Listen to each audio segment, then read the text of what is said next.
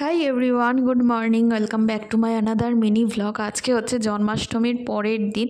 তো পরের দিন ছিল নন্দ উৎসব। তো মন্দিরে, বিরাটা মন্দিরে নন্দ উৎসব পালিত হয়েছিল। তো সেই জন্য আমাদের এখানে ভোগ আনা হয়েছিল বাড়িতে।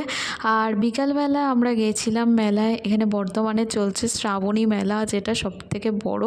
মানে এই শ্রাবণ মাসে সব বর্ধমানের লোকেরা ওয়েট করে থাকে যে কবে শ্রাবণী মেলা আসবে। আর শ্রাবণী মেলা যখন আসে প্রায় 1 থেকে 1.5 মাসের মতো তো থাকেই।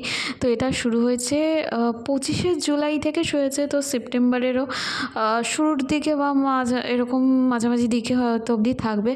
আর তোমরা যারা এখনও যাওনি তারা চট করে যাও, গিয়ে ঘুরে এসো। প্রচুর প্রচুর ভালো ভালো কালেকশান এসেছে। আর এই জিনিসটা কি আমি ঠিক বুঝতে পারছিলাম না, সেই পেপারের ওপর যেটা চাপা দিয়ে রাখা হয় সেই জিনিসটাই হয়তো হবে। তো সেটাই আমি দেখছিলাম।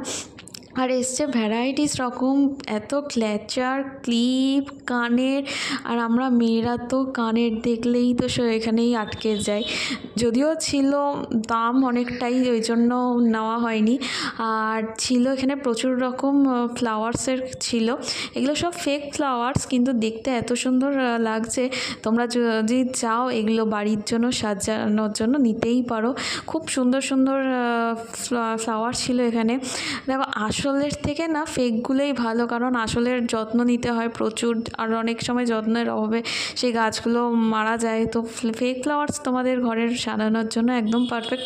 আর শ্রাবণী মেলা আরেকটা জিনিস এসেছিলো, যেটা সবাই বলছিল অ্যাকোয়ারিয়াম, যেটার ভেতরে ঢুকতে 100 টাকার মতো লাগছিলো, যেটার ভেতর আমরা ঢুকিনি। তো এটা এবার নতুন এসেছিলো। আর রাইড তো যেরকম নর্মাল আসে, নাগরদোলনা বলো, ব্রেক ডান্স বলো, সেইগুলো তো আছেই। তো যাই হোক, নাগরদোলনা কি কেউ কোনো দিনও উঠেছো? আমি কিন্তু কোনো দিনও চাপিনি, আর চাপবও না নাগরদোলনাতে। আমার নাগরদোলনাটাই দূর থেকে দেখতেই ভালো লাগে। এমনি চাপার সাহস আমার কোনো দিনই হবে না। ব্রেক ডান্সে চেপেছি, অনেকবার চেপেছি, ব্রেক ডান্সে ভালোই লাগে। তো যাই হোক, এই হয়ে গেল আমাদের মেলা ঘোলা।